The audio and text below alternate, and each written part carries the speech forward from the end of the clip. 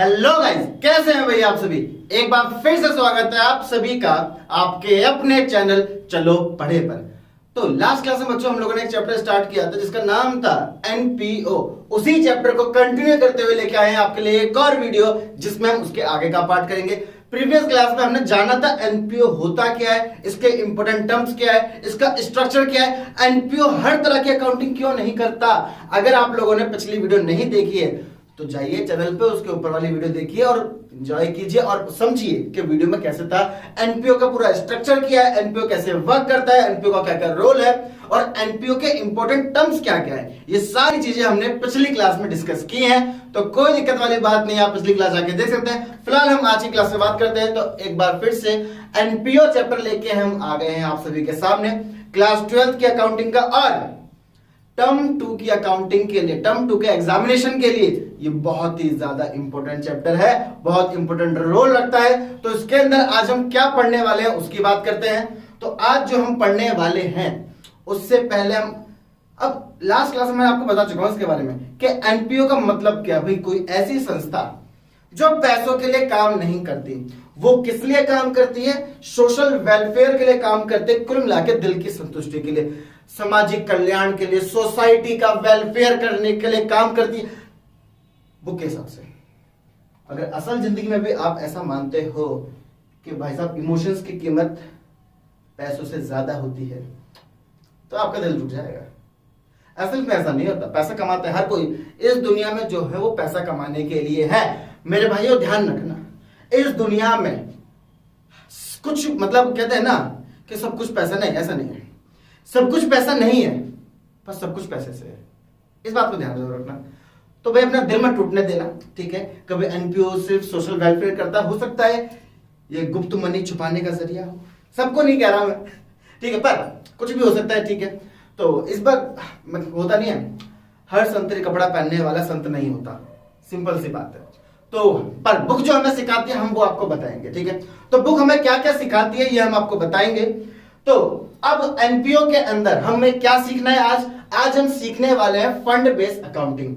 ऐसी भाई फंड से रिलेटेड अकाउंटिंग सीखने वाले हैं कि अकाउंटिंग अगर फंड से रिलेटेड है तो उसकी अकाउंटिंग कैसे करना है। पहली चीज फंड क्या चीज है यार, उससे रिलेटेड आप कह रहे हो अकाउंटिंग सीखेंगे, ये तो होता फंड क्या है। तो भाई फंड क्या होता है ये हम आपको बताएंगे, पर उससे पहले ना एक समस्या है यार, वो सॉल्व करते हैं।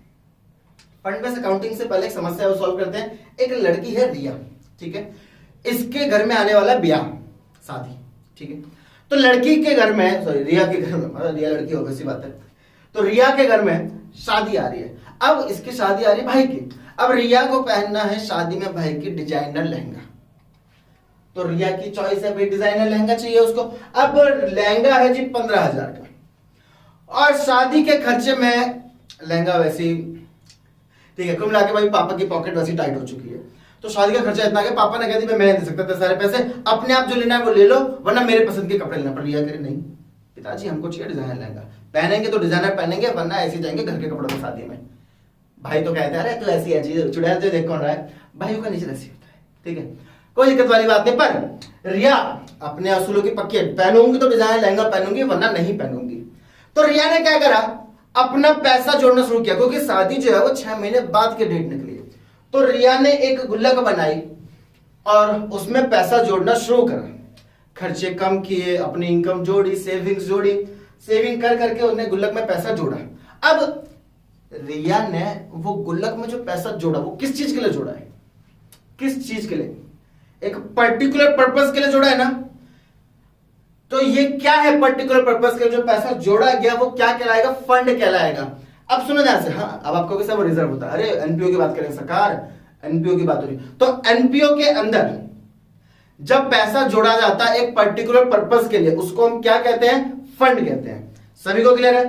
तो रिया अब लहंगा ले पाएगी नहीं ले पाएगी वो जानेंगे आगे, पर हमें ये जोड़ पता चल चुका है कि वो फंड है। आगे देखते भाई फंड होता क्या है। अब बाकी सब के लिए अगर मैं बाकी सब की बात करूं तो बाकी सब के लिए फंड क्या है, a fund is a pool of money set aside for a specific purpose. Fund क्या है, एक पूल ऑफ मनी है जो उठा के अलग रखा जाता है एक स्पेसिफिक पर्पस के लिए। क्या समझे, एक स्पेसिफिक पर्पस के लिए। पर अगर मैं आपकी भाषा में सिंपल लैंग्वेज में समझाऊं, मूवी देखे हो आप सबने, एक मूवी देखी होगी जिसका नाम था मुझसे शादी करोगे। नहीं, मैं ऑफर नहीं कर रहा हूं, बता रहा हूं। मुझसे शादी करोगे भाई मूवी थी, एक सिंपल सी बात है। उसमें ना सलमान खान है, ठीक है। तो सलमान जी हमारे गुल्लक बनाते हैं भाई, किस टाइप की, आओ देखिए, उस पर लिखा होता है भाई, बहन की शादी के लिए, माँ की आंख के इलाज के लिए, भगवान के प्रसाद के लिए, सबकी गुल्लक बनती है इस टाइप की भाई। दादी की आंख के इलाज के लिए, बहन की पढ़ाई के लिए, बहन की शादी के लिए, भगवान के लिए। तो ये जो गुल्लकें बनाई है, इसको अगर मैं फंड बोलूं तो गलत नहीं होगा, अगर ये एनपीओ है तो कुल मिलाकर फंड क्या है? Pool of money set aside for a specific purpose. समझ में? फंड क्या है? आपका स्पेसिफिक पर्पस के लिए जुड़ा हुआ पैसा फंड कहलाता है। क्लियर है सभी को? यहां तक क्लियर है? अब फंड तो सर क्लियर हो गया, समझ में आ गया भाई। एक स्पेसिफिक पर्पस के लिए जो पैसा जोड़ के रखता है उसे हम फंड कहते हैं। पर इसका नेचर क्या होगा सर? इसका नेचर समझाया, नेचर समझ में नहीं आ रहा। अब फंड का नेचर सुनो। फंड का नेचर होगा भाई, स्पेसिफिक पर्पस के लिए पैसा जोड़ के रखा है। अगर यह पैसा जोड़ा है भाई दादी की आंख के इलाज के लिए, तो इस पैसे से दादी की आंख ही बनेगी और कुछ नहीं होगा।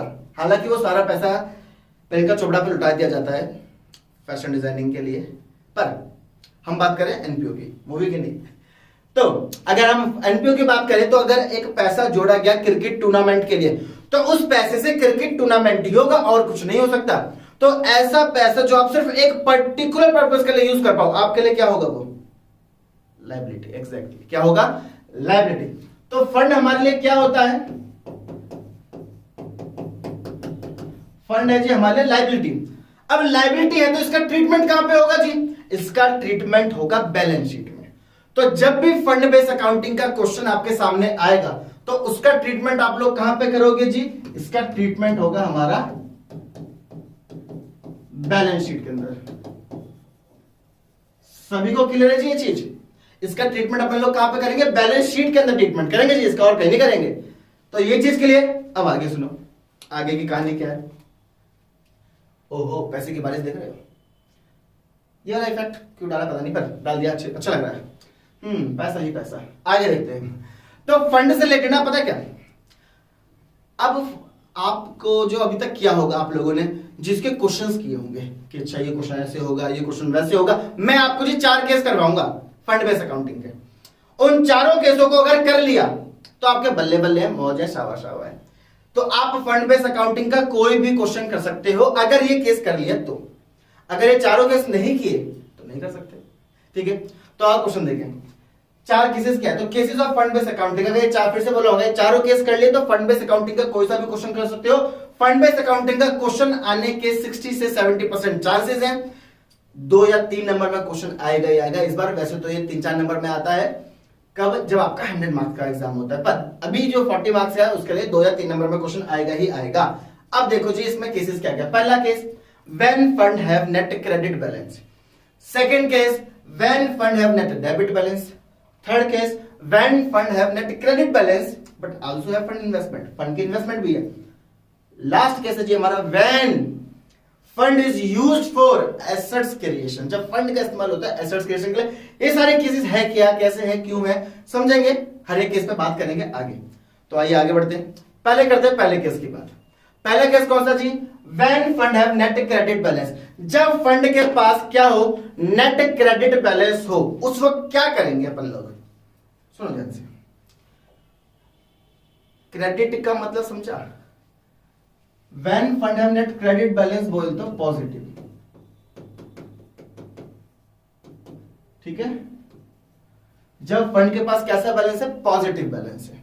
तो उस वक्त क्या करेंगे? उस वक्त कैसा क्वेश्चन आएगा, क्या ट्रीटमेंट करेंगे? तो देखो क्वेश्चन है ये जी, आपको ये चीज गिवन होगी और ऊपर बोला जाएगा कि एनपीओ के फाइनल अकाउंट में जी इसका ट्रीटमेंट करके दिखाओ। इस टाइप का क्वेश्चन आएगा, ठीक है। आपको दे रखा है टूर्नामेंट फंड दे रखा है 40 का, डोनेशन फॉर टूर्नामेंट दे रखा है 30 का, एक्सपेंसेस ऑन टूर्नामेंट दे रखे हैं 60,000 के। अभी अभी मैं आपको बता चुका हूं क्या बोलना है। क्वेश्चन ने क्या पूछा है कि फाइनल अकाउंट में, एनपीओ के फाइनल अकाउंट में इसका ट्रीटमेंट कैसे होगा, यह बताना है। एक सेकेंड, यानी कि हमें पूरा फाइनल अकाउंट नहीं बताना, इसका ट्रीटमेंट बताना है। और फंड का ट्रीटमेंट कहां होगा मैं बता चुका हूं आप लोगों को। जी फंड का ट्रीटमेंट क्या होगा, मैंने बताया था आप लोगों को, कहां गया, बैलेंस शीट। फंड का ट्रीटमेंट कहां पे होगा, बैलेंस शीट में होगा। तो फंड का ट्रीटमेंट अपन लोग बैलेंस शीट में करने वाले हैं। अब देखो कैसे, तो बैलेंस शीट ये थी हमारी, और ये कैसी बैलेंस शीट होगी, एक्सट्रैक्ट बैलेंस शीट होगी। क्या मीनिंग है बताऊंगा, अरे भैया आया बता के जाएगा, टेंशन ना लो। तो भाई टूर्नामेंट फंड हमें गिवन है, ट्रीटमेंट होना है कहां पे, बैलेंस शीट में। आओ कैसे होगा देखते हैं। तो भाई टूर्नामेंट फंड गिवन है, लिख देंगे जी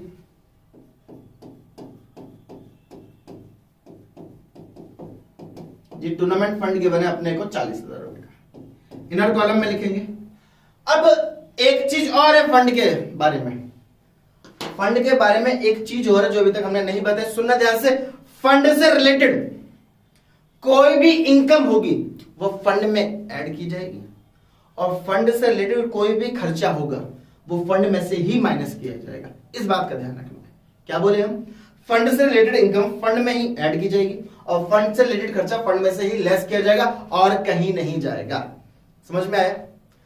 तो जैसे कि अब भाई कुल मिला के, अरे सुनो, अब बहन के पास, रिया के पास कोई पैसा मिला, उसकी बुआ आ गई कि अरे बेटा भाई लहंगे के लिए पैसे जोड़ दिया, अरे बच्चा अरे कितनी समझदार है, कोची को लो भाई 500 रुपए मेरी तरफ से रख ले। हाँ, फंड के लिए डोनेशन मिल गई रिया को।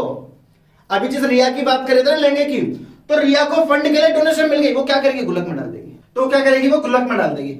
रिया को पैसा मिला फंड के लिए, रिया ने क्या करा, गुल्लक में डाल दी। तो फंड से रिलेटेड इनकम गुल्लक में ऐड हो गई, फंड में ऐड हो गई। और जब लहंगा खरीदा जाएगा, फंड से रिलेटेड खर्चा आएगा, पापा पे करेंगे क्या गुल्लक पे करेगी, जी गुल्लक पे करेगी जिसने पैसा जुड़ा है। तो फंड से रिलेटेड खर्चा भी कहां से माइनस होगा, फंड में से माइनस होगा, याद रहेगा। तो जी डोनेशन फॉर टूर्नामेंट फंड से रिलेटेड इनकम है, इनकम हुई है मैं फंड से रिलेटेड, फंड में ऐड कर दो। ऐड किस में ऐड कर देंगे जी, फंड में ऐड कर देंगे। डोनेशन फॉर टूर्नामेंट कितनी है जी, 30,000 रुपए की डोनेशन है, ऐड कर देंगे। माइनस कर देंगे जी फंड से रिलेटेड खर्चा, लेस कर देंगे एक्सपेंस। कितने का जी, 60,000 का। 4 और 3 7, 70,000 में 60 के जी फंड में खर्चा हो गया, और फंड के पास अभी भी 10,000 रुपए बच गए, खत्म, और कुछ नहीं करना। अब आप कहोगे सर कैसी बातें कर रहे हो, बैलेंस शीट है ये। आप कह रहे हो क्वेश्चन खत्म हो गया सर, बैलेंस शीट है, इतने अकाउंट्स तो हमें भी आती है कि बैलेंस शीट पूरी तब होती है जब बैलेंस शीट का टोटल मैच हो। पर मेरे बरखुदा मैंने कहा था ना, एक्सट्रैक्ट का मतलब बताऊंगा। एक्सट्रैक्ट का मतलब क्या है, बैलेंस शीट नहीं, बैलेंस शीट का टुकड़ा।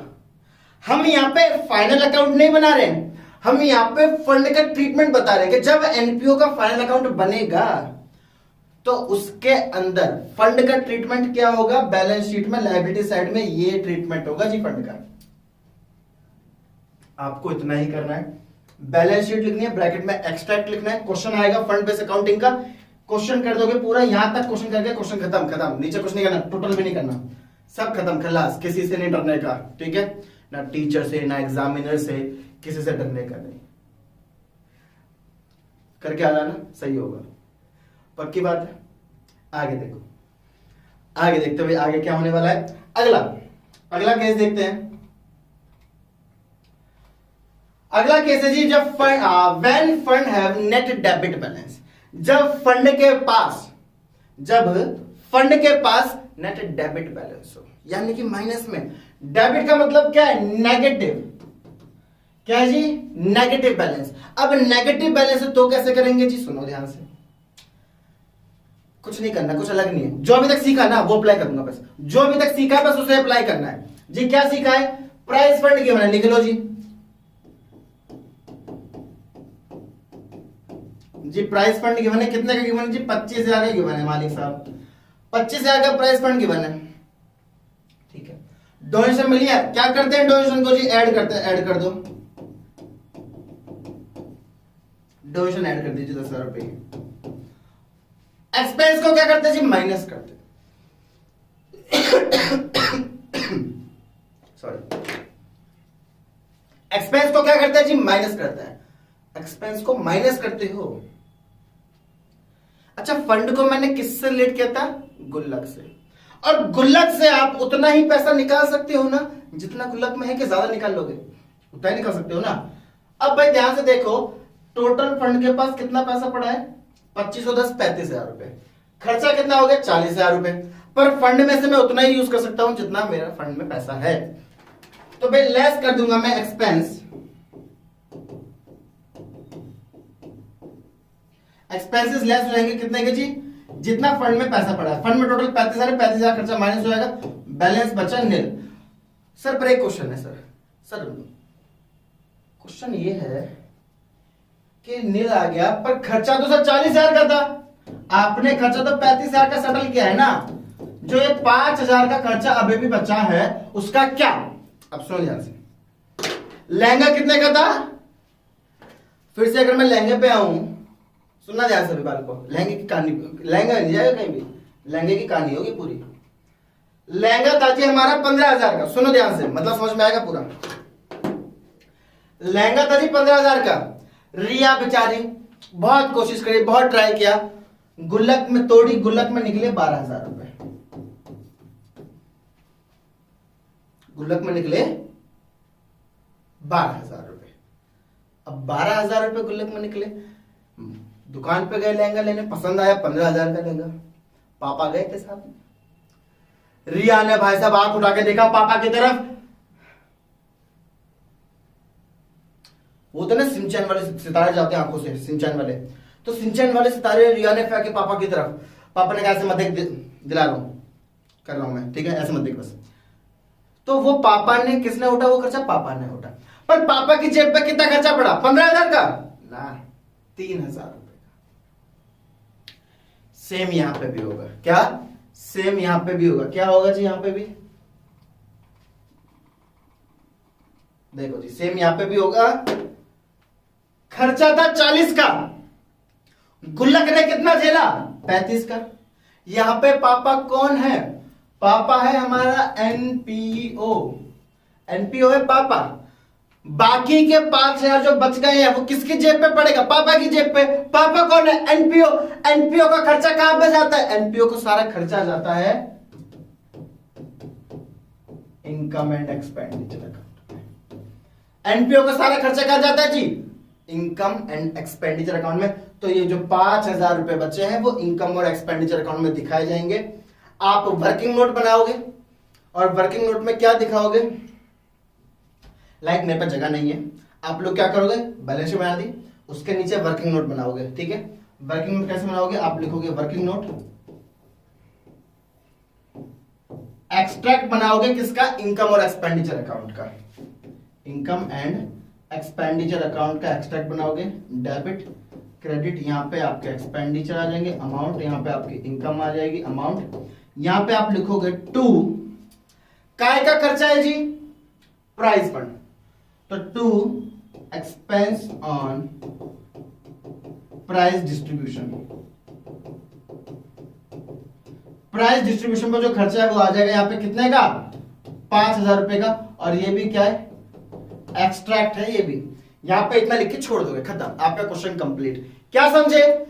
अगर सारा खर्चा एनपीओ ना भुगत पाए तो वो खर्चा किसकी जेब पे जाता है? वो खर्चा जाता है, फंड नहीं भुगत पाया ना, वो खर्चा जाएगा एनपीओ की जेब पे। एनपीओ की जेब पे जाएगा तो एनपीओ का खर्चा कहां पे आता है? इनकम और एक्सपेंडिचर में। इनकम और एक्सपेंडिचर में आ जाएगा वो एक्सपेंडिचर साइड पे, डेबिट साइड पे। सिंपल सा इसका लॉजिक था। हमारे 2 केसेस कंप्लीट हो चुके हैं। अब बढ़ते हैं अपने तीसरे केस की तरफ। तो तीसरा केस हमारा ये रहा। तो अगला है जी हमारा when fund have net credit balance. Fund का इस पर क्रेडिट बैलेंस है, सुनो ध्यान से, but also have as, also as नहीं है, आल्सो हैव है, आल्सो हैव फंड इन्वेस्टमेंट। क्या? फंड का क्रेडिट बैलेंस तो है इस बार, पर साथ ही साथ फंड के लिए कुछ इन्वेस्टमेंट भी है। भाई सुनना ध्यान से क्या कह रहा है।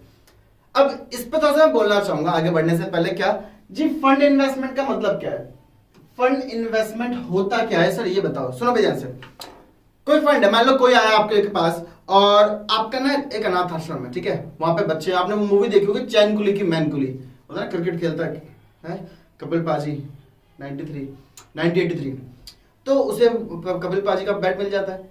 तो वो मूवी बेस्ड है किस पे भाई? एक अनाथ आश्रम होता है, ठीक है, ऑर्फनेज होता है एक, और वहां पे एक बच्चा क्रिकेट खेलता है। अब सपोज करो ऐसे एक अनाथ आश्रम है, वहां पे ऐसी यंग टैलेंट देखा लोगों ने, तो कह रहे यार इनको और आगे बढ़ाओ ना, इनके टूर्नामेंट कराओ, इन लोगों का एक क्रिकेट टूर्नामेंट कराओ। हमने कहा ठीक कराते।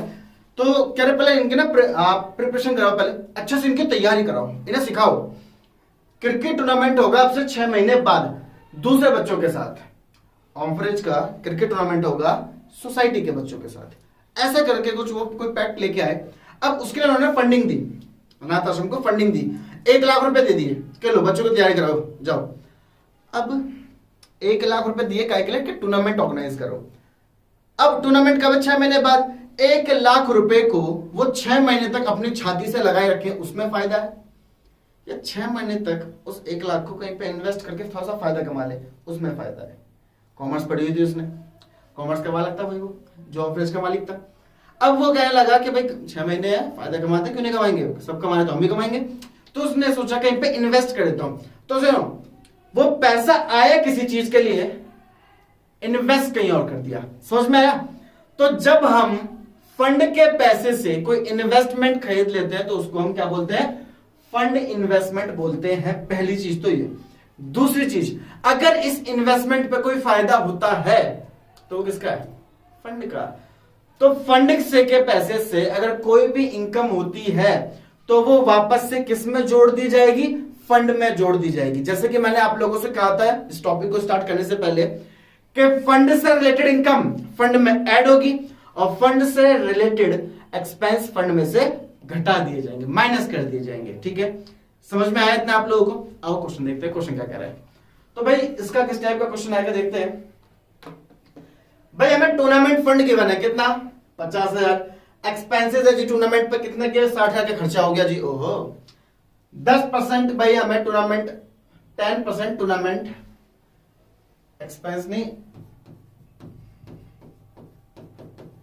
टूर्नामेंट इन्वेस्टमेंट गिवन है। ठीक है, 10% टूर्नामेंट इन्वेस्टमेंट गिवन है, इंटरेस्ट ऑन इन्वेस्टमेंट गिवन है, डोनेशन फॉर टूर्नामेंट गिवन है। ये सारी चीजें हमें गिवन है। ठीक है, तो भाई देखो कैसे करेंगे। इस टाइप का क्वेश्चन आ गया, कह रहा है भाई कि ट्रीटमेंट बताओ एनपीओ के फाइनल अकाउंट में इसका क्या ट्रीटमेंट होगा। हमने कहा ठीक है बिल्कुल बताएंगे, जितना अभी तक सीखा है ना वो करेंगे। क्या बोला मैं? जितना अभी तक हमने सीखा है वो करेंगे पहले। आओ जी, क्या सीखा है? हमें क्या सीखा था भाई कि फंड का ट्रीटमेंट होता है बैलेंस शीट में लायबिलिटी साइड में, क्योंकि फंड क्या है हमारा? लायबिलिटी है एक तरीके से, क्योंकि क्रिकेट टूर्नामेंट कराना पड़ेगा। तो भाई सीधा आ जाएंगे जी, टूर्नामेंट फंड लिख दो जी।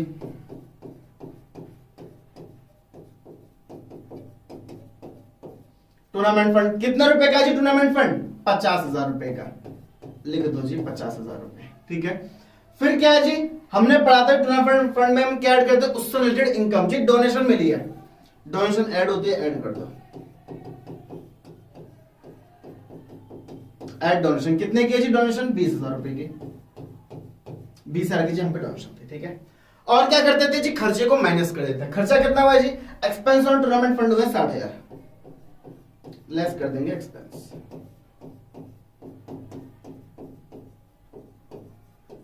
टूर्नामेंट पे खर्चा हुआ जी मेरा 60,000 हमने कर दिया माइनस। अब सुनेंगे ध्यान से, हमें क्या गिवन है? 10% टूर्नामेंट इन्वेस्टमेंट गिवन है। इन्वेस्टमेंट है जी, एसेट्स होती है, कहां पे जाएगी? एसेट साइड पे आएगी। तो लिख लो जी 10% टूर्नामेंट इन्वेस्टमेंट। 10% टूर्नामेंट इन्वेस्टमेंट आ गया जी। ये रहा कितने रुपए की, कहां गया? वेयर 20,000 रुपए की 10% टूर्नामेंट इन्वेस्टमेंट है, ये हमने लिख दिया। इतना अपने को आता था, इतना हमने कर दिया। अब आगे ही कहानी सुनो। 10% इन्वेस्टमेंट है, यानी कि इस पे ब्याज मिलेगा 10% के हिसाब से, और 20,000 का 10% हमें बखूबी पता है 2,000 होता है। पर इंटरेस्ट ऑन इन्वेस्टमेंट मिला कितना है? 5,000। कितना मिला है? 5,000। मिलना कितना चाहिए था? 2,000। 3,000 मिला। एडवांस हो गया क्या? एडवांस हो गया। एक्चुअल में से बताऊं, यहां पे 500 नहीं, वो 5,000 नहीं, 500 था, पर अगर 5,000 लिखा हम 5,000 के हिसाब से कर देते हैं। ठीक है, तो 5,000 के हिसाब से भी हमारा क्या होगा? या फिर एडवांस का हटा दो यार, एडवांस का क्वेश्चन नहीं आएगा। ये 500 रुपए एक्रूड का आएगा। एडवांस में क्या होगा? उसे लायबिलिटी कर देंगे। एडवांस क्या बता दूं, अगर 5,000 होगा तो उसमें क्या करना है मैं बता दूं। फिलहाल ये 500 रुपए दे रखा है। मिलना कितना था? 2,000। मिला कितना है? 500 रुपए। मिलना कितना था? 2,000। मिला कितना है? 500 रुपए। अब क्या करें सर? देखो जी, सबसे पहले तो 2,000 मिलना था, 500 मिला है, 1500 अभी भी मिलना बाकी है। ऐसी इनकम जो कमा ली है पर मिली नहीं है। क्या? ऐसी इनकम जो आप लोग कमा चुके हो जी पर आपको मिली नहीं है। क्या कहोगे उस इनकम को? क्या कहोगे जी उस इनकम को? Accrued income. आपकी एसेट्स होती है एक्रूड इनकम, वो यहां पे आ जाएगी।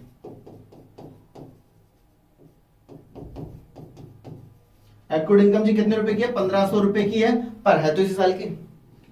टोटल इनकम कितनी हुई है? हमारी टोटल इनकम हुई है 2000 की, जिसमें से रिसीव 500 की हुई है।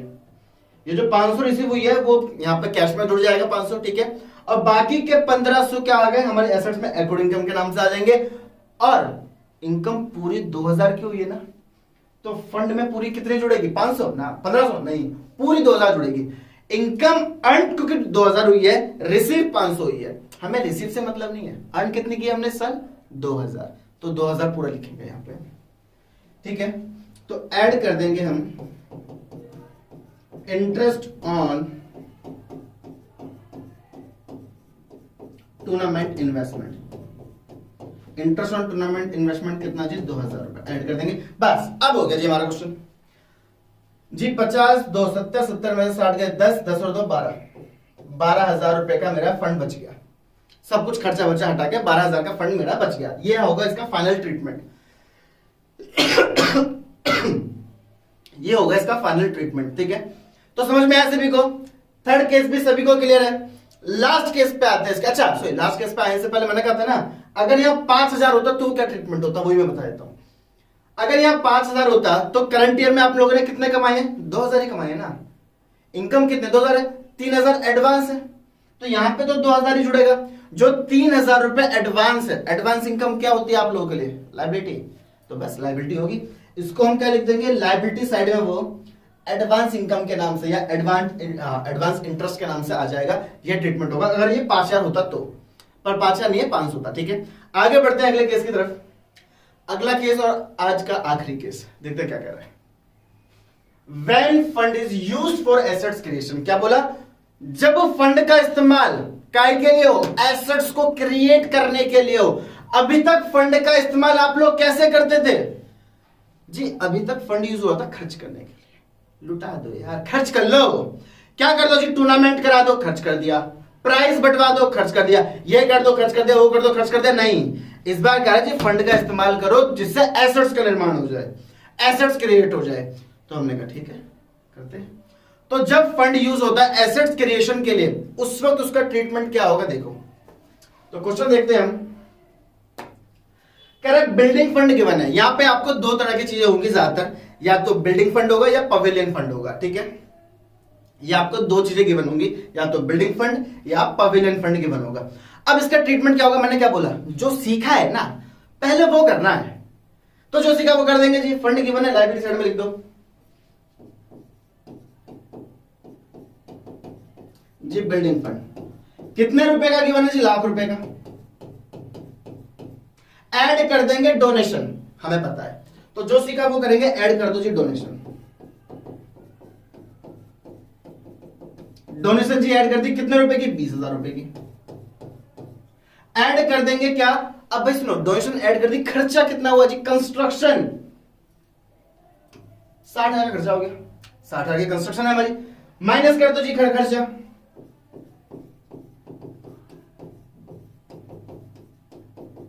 कंस्ट्रक्शन माइनस कर देंगे, कितने रुपए का जी? 60,000 रुपए का। तो 1,20,000 में से 60 गए, 60,000 बच गए। इतना हमने सीखा था, इतना अपने को पता था। अच्छा सुनो ध्यान से, बिल्डिंग को बनाने में 60,000 रुपए खर्च हो गए हैं। क्या इसका मतलब ये नहीं है कि मेरे पास 60,000 की बिल्डिंग तैयार हो गई है ना?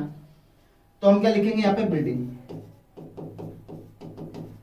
ब्रैकेट में लिख लेंगे WIP, work in progress. Building भाई बन चुकी है पर अभी उस पर काम चल रहा है, वर्क इन प्रोग्रेस पे। 60,000 का निर्माण हो चुका है बिल्डिंग में। तो WIP मेरा कितने का आ जाएगा? 60,000 रुपए का। अब बच्चे यहां तक करके आएंगे और इसके बाद उनका क्वेश्चन हो जाएगा गलत, अधूरा। गलत नहीं तो अधूरा, ठीक है। अधूरा और इनकम्प्लीट क्यों? सुनो ध्यान से। अगर आप फंड का अगर आप बिल्डिंग का निर्माण कर रहे हो, किसी भी एसेट्स का निर्माण कर रहे हो बिना फंड के, तो सेम एंट्री होगी भाई, बिल्डिंग आ जाएगा, वर्क इन प्रोग्रेस आ जाएगा जी, इतना गया, और वो पैसा कहां से आया, कैश में से माइनस हो जाएगा वो पैसा, ठीक है। पर यहां पे आप कैसे कर रहे हो, अपने पैसों से कर रहे हो, नहीं फंड के पैसे से कर रहे हो। तो जब भी आप लोग या जब भी कोई भी एनपीओ एसेट्स को क्रिएट करेगी out of the fund, fund के जरिए एसेट्स का निर्माण होगा, फंड के जरिए एसेट्स खरीदी जाएंगी या फंड के जरिए एसेट्स बनाई जाएंगी, तो उस वक्त क्या करोगे आप, आपको कोई भी अमाउंट गिवन है कैपिटल फंड का, कुल मिला के अब कहोगे जी कैपिटल फंड क्या आ गया, अरे नॉर्मल बिजनेस में कैपिटल होती है, जो बिजनेस में पैसा लगा उसे कैपिटल कहते हैं, एनपीओ में हर चीज आगे फंड लगा देते हैं। तो भाई कैपिटल फंड हमें गिवन होगा, कुछ भी गिवन होगा, एक्स वाई जेड कुछ भी गिवन है कैपिटल फंड। अब क्वेश्चन में गिवन हो गया ज्यादा, ठीक है, कैपिटल फंड आपको गिवन है, आपने एसेट्स का निर्माण किया, आपने क्या किया, कैपिटल क्रिएशन हुआ आपका, और कैपिटल क्रिएशन हुआ जितने रुपए का वो कैपिटल फंड में ऐड हो जाएगा। तो यहां पे आप ऐड कर दोगे कंस्ट्रक्शन ऑन बिल्डिंग, कितने रुपए का, 60,000 रुपए का, जो भी अमाउंट आएगा वो यहां पे आ जाएगा, तब जाके आपका क्वेश्चन कंप्लीट होगा। पर कैपिटल में सिर्फ कब जुड़ेगा, जब आप फंड के जरिए एसेट्स बनाओगे। तो अगर आपने नॉर्मल बिल्डिंग परचेज कर ली बिना फंड के, कुछ नहीं होगा, कैपिटल में ऐड नहीं होगा, अभी तक करते थे, नहीं करते थे ना। पर अगर फंड के जरिए आप लोग कोई भी एसेट्स क्रिएट करते हो तो एसेट्स में भी आएगा और कैपिटल फंड में ऐड भी होगा, इस बात को ध्यान रखना। बच्चे इस बात को इग्नोर करते हैं, ये 4 केसेस ऐसे थे, इन चारों केसेस को अगर आप लोगों ने कर लिया तो आपको फंड बेस्ड अकाउंटिंग करने से कोई नहीं रोक सकता, ठीक है। लास्ट वीडियो में हमने देखा था एनपीओ क्या होता है, कैसे होता है। आज की वीडियो में हमने सीखा क्या, एनपीओ का पहला टॉपिक जी फंड बेस्ड अकाउंटिंग, जो एग्जाम में आएगा ही आएगा, 90 से 80% चांस है, 80 to 90% चांस है, आएगा ही आएगा जी, 2 मार्क्स में 3 मार्क्स में आएगा, पक्की बात है, ठीक है। तो आपको समझ में आ गया हो। सो हेलो गाइस, तो आप लोगों को होप ये वीडियो अच्छी लगी होगी, समझ में आया होगा कॉन्सेप्ट। और जैसे कि देखने में बहुत सारी चीजें आ रही है, जैसे सीयूईटी का पूरा डिसीजन आ चुका है, आप लोगों के होश उड़ चुके हैं, इस साल वाले बच्चों के साथ पूरा तो हुआ है, पर कहते ना आपदा को अवसर बनाना चाहिए, तो आपदा को अवसर बना सकते हो आप लोग अभी भी, किस तरीके से, और वीडियोस आने वाली है हम सभी की, ठीक है। मैं इसके ऊपर वीडियो बना दूंगा कि कैसे आप इस सीयूईटी को अच्छे से क्रैक कर सकते हैं, अच्छे से जान सकते हैं, तो मैं बता दूंगा, टेंशन वाली बात नहीं है। फिलहाल हमारे एनपीओ का एक टॉपिक और खत्म हो चुका है, कल एक टॉपिक के साथ और आ जाएंगे हम आप सभी के सामने। तो मिलते हैं गाइस अगली वीडियो में, बाय।